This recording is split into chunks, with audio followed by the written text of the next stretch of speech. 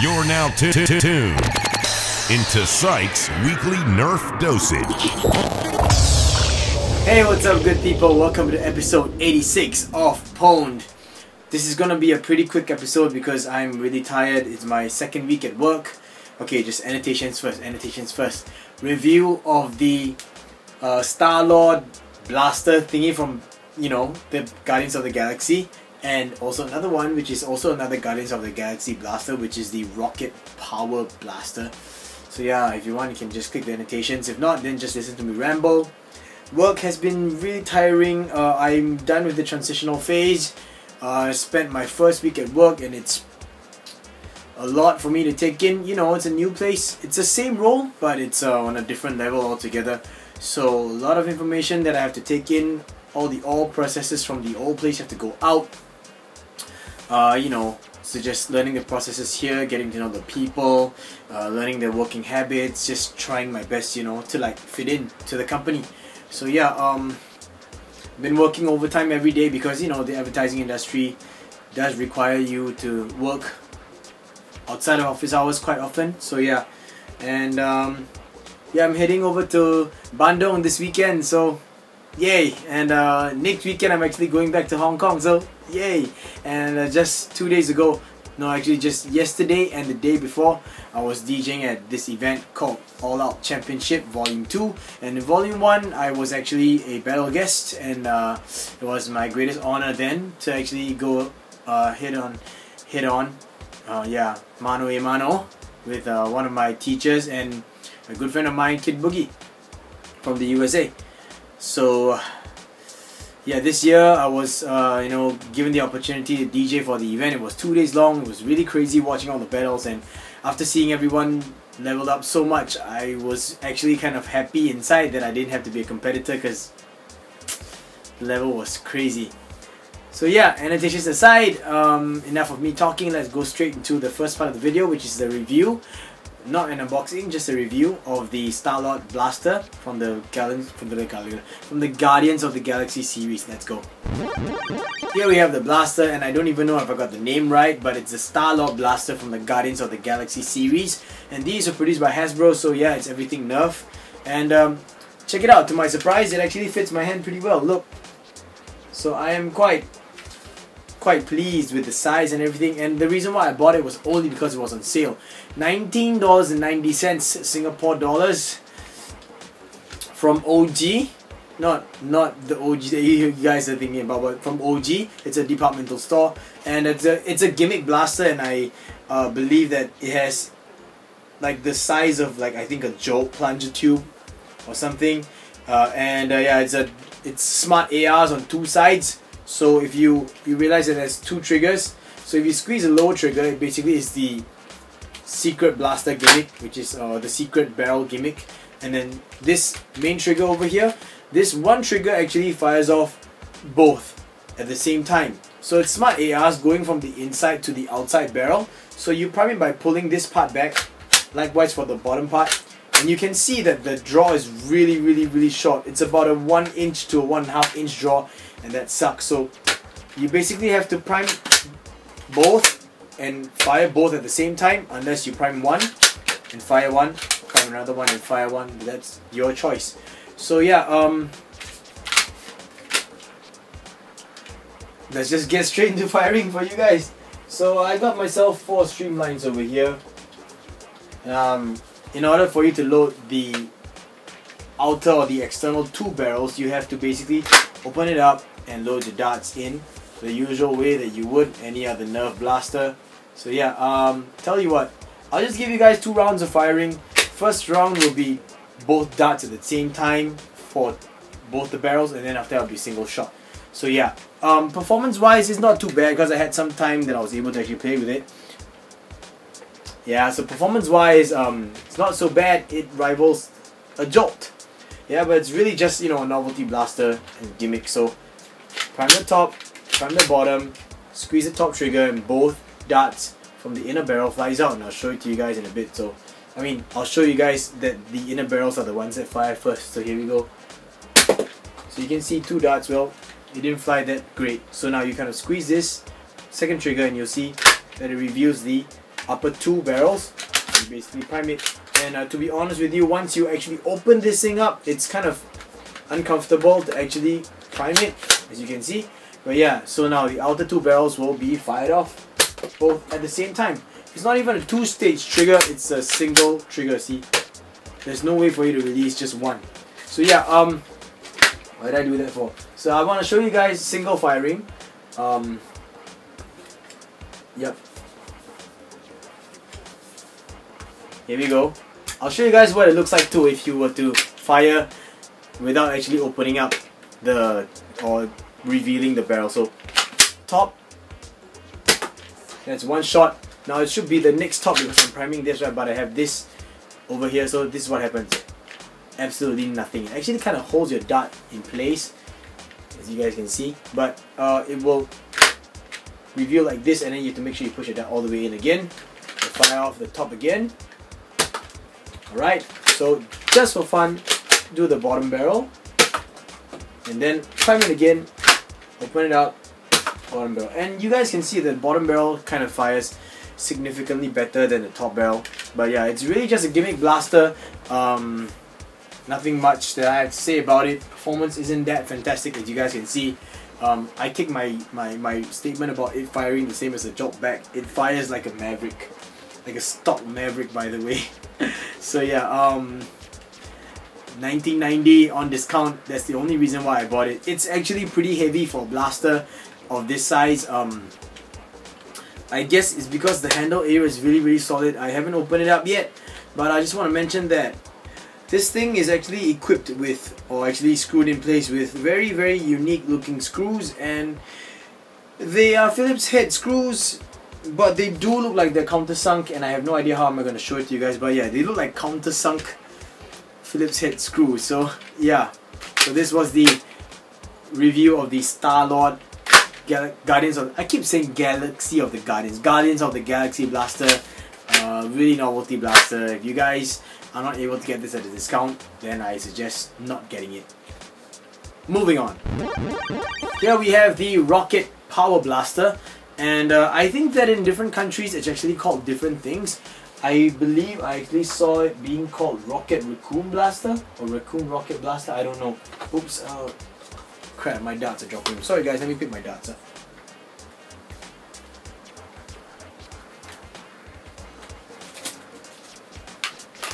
So yes, I was saying it's called the Rocket Power Blaster here in Singapore, and it doesn't fire rockets. It's because if you guys watch Guardians of the Galaxy, there's a character called Rocket, little like raccoon character, and he's actually pretty cool. I kind of like him a lot. I watched the movie and I thought he was a very likable character. Now the only thing missing from this blaster is the well, the kind of like an arm guard or something like that, and the reason why I didn't attach it is because it's not of equal size. It's meant for right-handers, so the right side was actually wider and the left was really narrow, so I couldn't put my hand inside. Although I thought it was a really good, nice addition to it. Now this thing actually retailed for about $49.90 or $49.50, something like that. Just 49 bucks or close to 50 bucks Singaporean dollars for just this thing, and it's absolutely not worth it. But I got it only because it was on discount. It was $19.90, same price as the Starlord blaster, so that's the reason why I got it. Out of the box, it's pretty comfortable, nice, very nice, very comfortable grip, and it's got a 4-dart smart AR system. And yeah, stock wise it performs on par with the Starlord blaster, which means that it's like a one of the old reverse plunger system blasters. But then I went ahead and I modified it, and I want to show you guys what I did, and I want to show you guys the internals too. So check out this video that I actually prepared and I filmed quite some time back. Here I have the Guardians of the Galaxy Rocket Power Blaster lying in front of me. I've already gone ahead to remove all the screws on the blaster, and you can see I've already attached it all here. So there are actually 2 screws that are holding the grip in place, and it comes up pretty easily, just 2 right here. I didn't attach the arms because, you know, lefty. I didn't attach the stock because, yeah, I wanted to show you guys something on the inside. And then you'll see that I have basically another 2 stray screws here, and these 2 are actually for this orange piece over here, one on each side. on the other, another slot. So basically you have to remove this first and remove the grip before you can get to all of the screws, and it just slides off like that. There's no clip or anything, just slides on and slides off.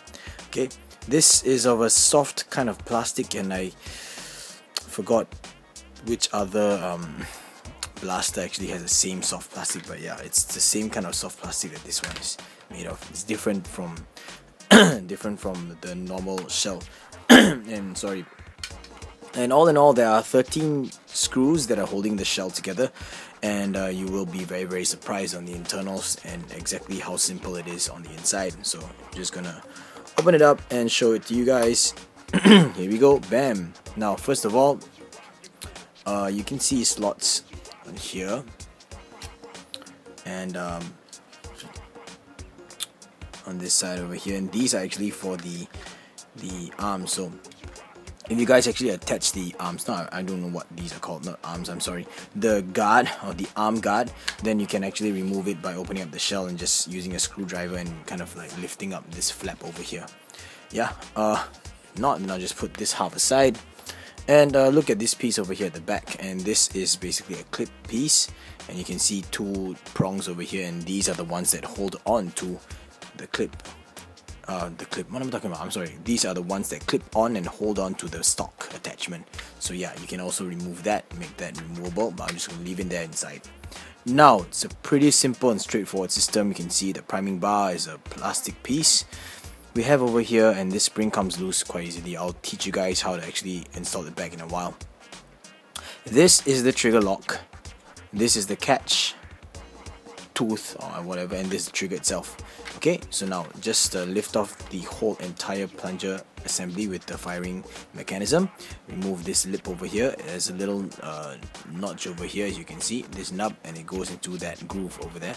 Put this aside. I'm not going to open up the smart AI system because, you know. And well, this is the plunger assembly, and looks like a upgraded jolt, right? Yeah, looks more or less like a jolt.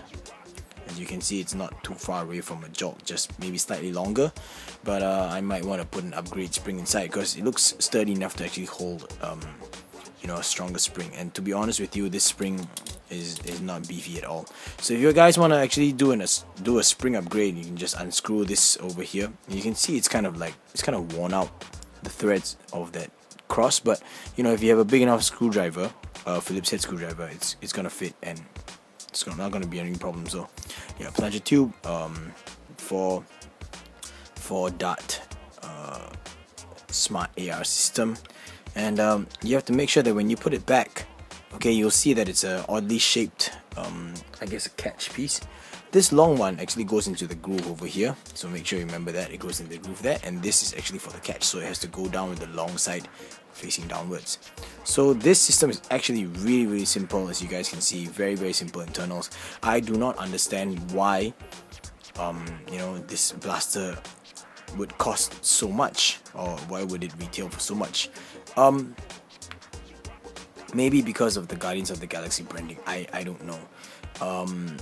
But you know, milking the cash cow. However, you know, I just waited till it became really cheap to get it. So yeah. Now I'm gonna teach you guys how to install it back, because this piece is a tricky one. So as I mentioned, this one goes straight in, so you just want to make sure that this over here, this notch goes in there. Okay, and this one facing down.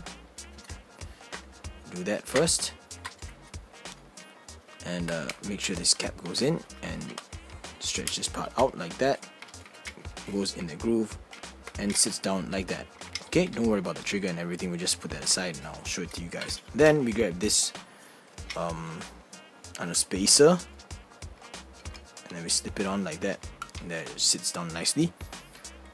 This and this tooth has to be facing this way, like so, and insert the trigger, and it should sit, this should sit in the screw pot over there. Exactly like that. Now the tricky part is this trigger lock. If you guys want to remove it, sure, but if you guys want to have it installed, what you're gonna do is make sure the trigger lock is facing this way, as you can see. Okay, angled like that. Now it's activated by the priming bar itself. Now the priming bar is actually two-stage. Let me just show you guys. kind of like two-stage. You can see that there's a groove over here. Wait, let me just get it out. There we go. A groove over here, and it's a pretty thin line, so you have to really take note of that whenever you're trying to activate that trigger lock. Alright, so let me just get this back in place. Okay, here we go. Alright, so gotta adjust this back. My bad, guys.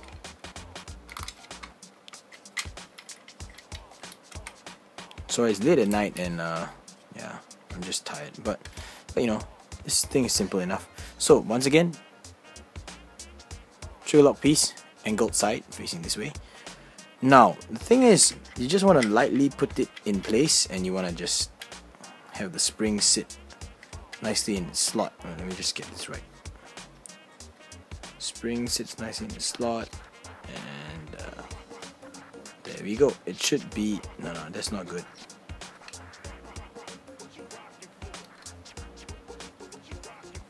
It should sit like that. Now you notice that it's kind of activated, right? It's activated even though the slide is all the way front, and the reason is because if you were to push it down and slide it in to where it's deactivated because of the slide being front, the spring is gonna stick up when you let go. See that? So that's what happens all the time. So this is my little trick and my little tip on how to actually have it in place.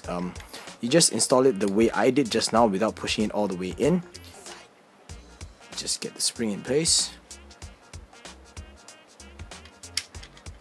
Sorry guys, give me a second.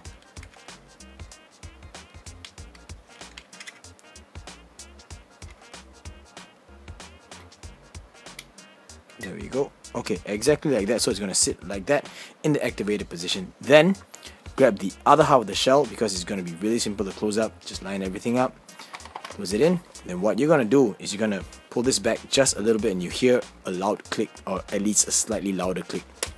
Now you hear that? Now this is fine already. Alright, so that's how you actually kind of close this blaster back if you want to have the trigger lock in place. And that is the internals of the Guardians of the Galaxy Rocket Power Blaster. Thanks for watching. First of all, this thing is just a bitch to work with. Okay, I'm just kidding. It's not really much of a bitch. The only reason why I've had so much trouble is because it's all based on trial and error. Now, the flimsiest part or the weakest part in the entire blaster is going to be the priming arm. Okay, now it's got a few points where it will start to warp under a higher spring load, which is this part over here. Okay, wait, the first one is actually here, right here. This part, just behind the plunger tube. I'm just going to take it out and show you guys, okay? And I'll explain the mod later, but you can see like it's a bit dirty here. That's because a lot of trial and error. But anyway, this piece over here, this one, will start to warp backwards, so you will be able to prime all the way, but this thing is actually about here instead, so it cannot actually activate the catch. And then second part is this over here will start to warp a bit downwards. Third is this part, it will start to warp a bit upwards because of the force that goes actually this way. So when you apply force this way, this will bend up, and this will bend down, and this will go back. So initially what I did was, as you can see, I installed a piece of PVC. It could be any kind of tubing. I just installed a piece of PVC to kind of try to prevent this from bending up. You see that? Yeah, so this will actually kind of guide and hold it in place. At the same time, it doesn't intrude onto the actual, priming rod itself, the plunger rod itself. So yeah, it's pretty good. That's the reason why I used a tube instead. Number two, what I did was, okay, please ignore the fact that I cut a bit of the trigger here. That was because I tried to hold this. I actually installed like you can see a piece of scrap plastic. I wanted to hold this thing in place, and then it went in between the plunger tube and the rod itself. The priming bar itself, so that it wouldn't warp upwards. But then because of this thing that was sticking out, as you can see, it already crosses this line. I had to cut off a bit of the trigger, but it's trial and error. You guys, please do not do this, and do not cut off the trigger. Don't. And then this part over here, I thought, man, it's gonna be hard to reinforce. But anyway, so my solution to that, okay, I'll get to it in a while. Make sure you get an upgrade catch spring. What I did was I just got another spring, and I double springed it. As you guys can see, I got like a, yeah, and I had to cut it down though because it's really short, so cut it down. Now let me just put it back in place.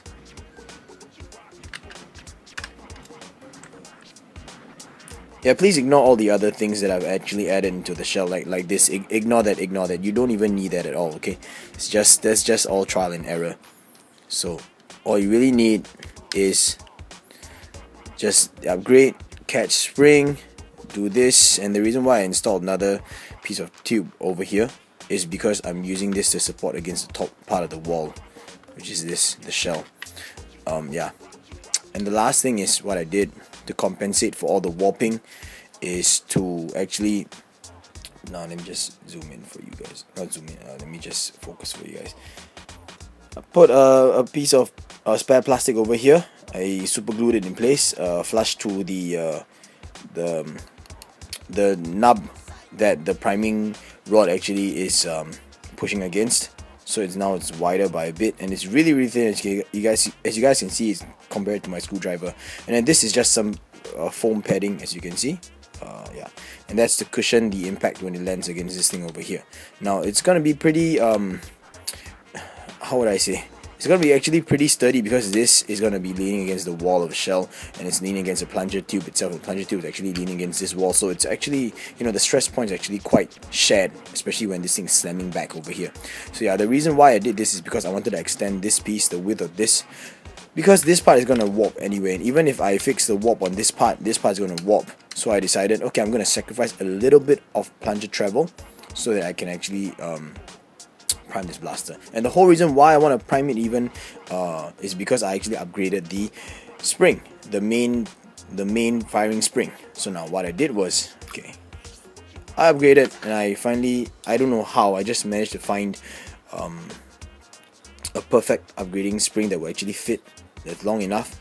Now the important part about this thing is that when you install an upgrade spring, it has to sit inside this plunger head, and when you prime it, because of the way the blaster is made, when you prime it, or when it's in its prime position, it's compressed, it has to be like that. So you have to make sure that this and this touch completely flush. That's the main downside to the entire system. Okay, and if you guys are wondering what spring I'm actually using, let me just grab the original spring box and show it to you guys. Give me a moment, please. This is the brand of this compression spring that I'm actually using, and I picked this up at Home Depot. Yes, I did. I picked it up at Home Depot. I have no idea how many. 3 years ago, 2011, when I was in New York. This is the spring actually that, you know, in its original state. What I did to make it fit was I cut. You see this flat part over here? I cut about exactly one turn or one coil away from both ends. Now I kind of flatten it out. I don't know what you call that, but never mind. Anyway, so this is the compression spring. You guys can see the measurements. So there you go. Yeah, that's the measurements. And this is the 916 one. Okay, 916 by 3 inches by 0.54 inches. 2 pieces.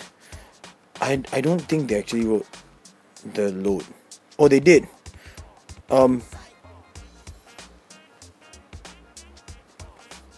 It's 4 and 12, so I don't even know which is which. Yeah, but okay, looking at the width of the spring coil, we already know this is going to be a 5 kg spring, 5.9 kg spring. Yeah, definitely 5.9 kg spring on a full compression. So yeah, this is the spring that I'm actually using. I got this from Home Depot, and it is the EB Everbuilt brand, and it's 685-200. all right, so yeah, and then once this is done, basically one more time, a final time, I will recap what are the mods that you want to do. You want to change the spring, you want to widen this knob over here, put a little bit of padding, you want to put a support wall up here and upgrade this catch spring, and you are good to go. Ignore everything else that I've done, just that, and you're good to go. Now when you install it back, if you guys actually know the smart AR system, you can actually see that the plastic travels like it's like circles with a nub, and the circle without a nub, this is the last dart. Okay, this is where the dart will, this is the last chamber or barrel that the dart will fire from. So this will be the first, then first it goes this way, air travels down here, second, air travels down here, third, air travels down here, last. Alright, so just take that, keep that in mind when you're installing this turret back in place. You don't want to have the last dart facing up, you want it to have the last dart facing down. And then we're just gonna put everything back in place, like so. Oops, sorry, I wanna have this turret, the lip in too. Yeah.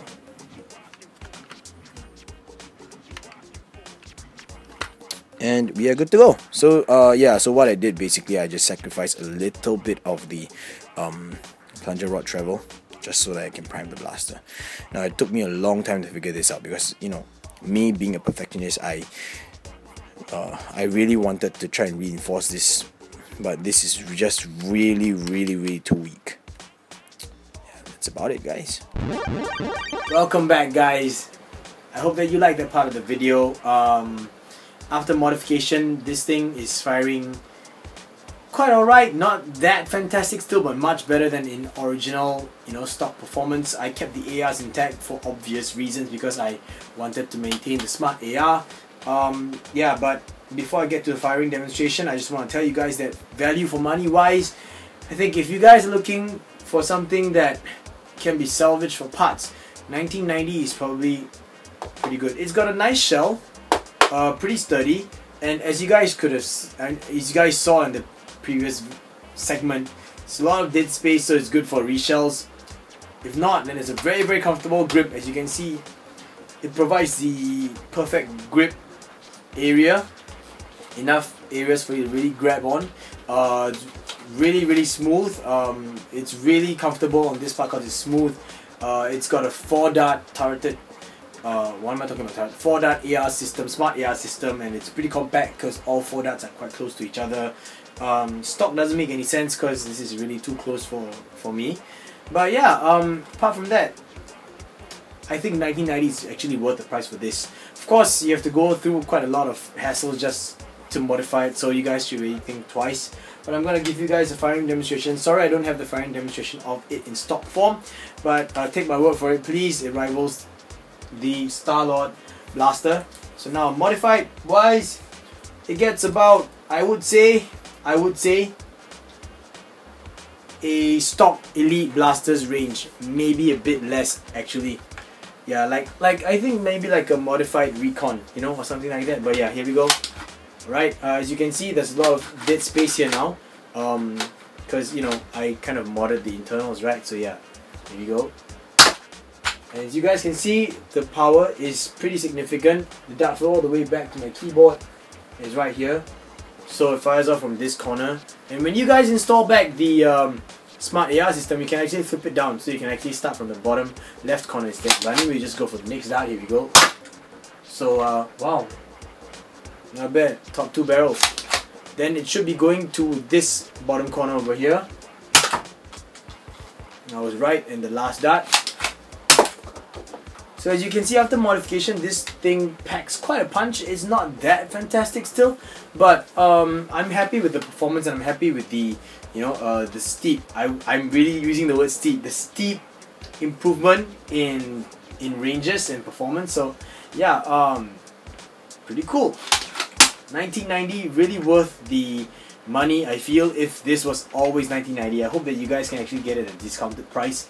Because yeah, it's comfortable, it's pretty compact, looks like a Star Wars blaster if you remove the stock. The stock does get in the way of your hand, as you can see, but really good grip, wonderful 4-dart smart AR system, nice shell. What more can you ask for, right? So this is my review of the Rocket Power Blaster from the Guardians of the Galaxy series. Move on to the end of the video. Thanks for sticking all the way throughout, guys.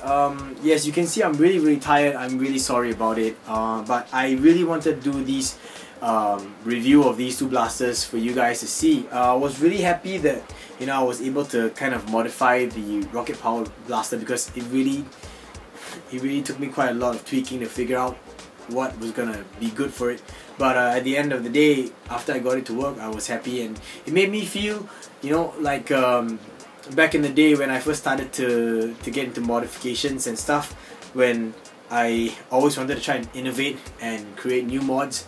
So when you actually have a new idea and you kind of start to tweak it, you know, and you finally get it right, it really gives you that sense of satisfaction. And this is one of these situations. I'm actually working on a long shot mod, and also I'm working on a Raven mod. But you know, these kind of blasters are like, the Raven is just a voltage mod kind of thing, but a long shot is like, you know, everyone's done something. Of course, now what I'm doing is a bit unique, but yeah, you know, you get what I'm trying to say. Is the usual hygiene stuff, like AR removal, spring upgrades, you know, shotgun grips and stuff. But for a blaster like this that is, I would say, more or less undocumented, you know, it really made me think twice. So a simple catch system and all that, but you know, because you start to find out about the stress points and where it will warp, what would and would not work, you gotta find the right springs, and when finally it works, you know, you feel that, yes, I did something fresh, something new today. I actually found myself more interested in trying to finish this mod than at that point of time I was working on what was I working on? There was another mod that I was working on. Oh yeah, I was trying to rebarrel the Rebel Messenger, and I was starting to work on the long shot, and I realized that I actually was more interested in modding this blaster instead. So it really brought back some really good feels and good memories, and I hope that you guys who are out there doing your mods, you know, keep modding, and sometimes going back to basics really just is really a breath of fresh air, you know what I'm trying to say? Yeah, so going back to basics, like sometimes I like just doing like the simple mods for a long shot, you know, not going to like the crazy spring powers, like the spring loads like 18 kilograms, 25 kilograms. Sometimes just a 5 kilogram upgrade, you know, with the ARs removed would be, you know, a really fun mod, you know, like just a weekend project kind of thing. Yeah. Oh yeah, I remember, and I wasn't just doing the Rebel Messenger, I was also modifying the Retaliator for my girlfriend, so yeah. Yeah, so I guess that's the end of the video. Thanks so much for watching all the way, guys. I'm sorry I'm so tired once again, and I really do appreciate all of your support for all this time. I have some very new, very interesting stuff for you lined up for the next video. I hope that you guys stay tuned. Christmas is around the corner. Hope that you guys are being good. Hope you get the gifts that you want. Save up that cash. Prepare yourself for all the Christmas sales, yeah? I guess that's about it. Till the next video, guys. If you like this video, I hope that you guys give me a thumbs up. And if you're not subscribed, I hope you guys consider subscribing to my channel, where I do my best to make weekly Nerf related videos on pSyk's weekly Nerf dosage. Yeah, so before I leave, same thing as I always tell you guys, drills pay the bills and teamwork makes the dream work. Peace. You know what I want to say? Just the other day I visited this hobby shop at Fulishao. Was it Fulishao? No, it wasn't Fulishao. At Fook Hai Building. Yeah, Fook Hai Building. It was NTC Hobbies. And you guys in Singapore, you guys know this shop. So I actually went down there, and you know me, I don't really buy brass. I've never bought brass tubes before, and I never really worked with brass, but I was wanting to I was wanting to re-barrel, or like brass barrel my Rebel Messenger. So I went to the shop, and I was looking for 17/32 brass, because that was like the good fit for the barrels and the blaster. And I went down, and his uncle was like, 小弟啊，你要找什么东西? So basically that means, hey little kid, what are you looking for? I was like, I'm looking for 17/32 brass. Should I say in Chinese? I'll say in Chinese. 我在找1732. Then I was like, 做枪哈，玩机枪哈，玩机枪是买这种的. So the guy already knew exactly what, you know, what models are actually getting. He's like, 1732啊，还有这个啊，916啊，每次卖完啊，新的一批进来了. I was like, what, you guys buying up all the brass from NTC Hobby? Good job. That's how much brass we actually have to purchase. So keep the modding levels up, guys. Good job, all the Singaporean modders.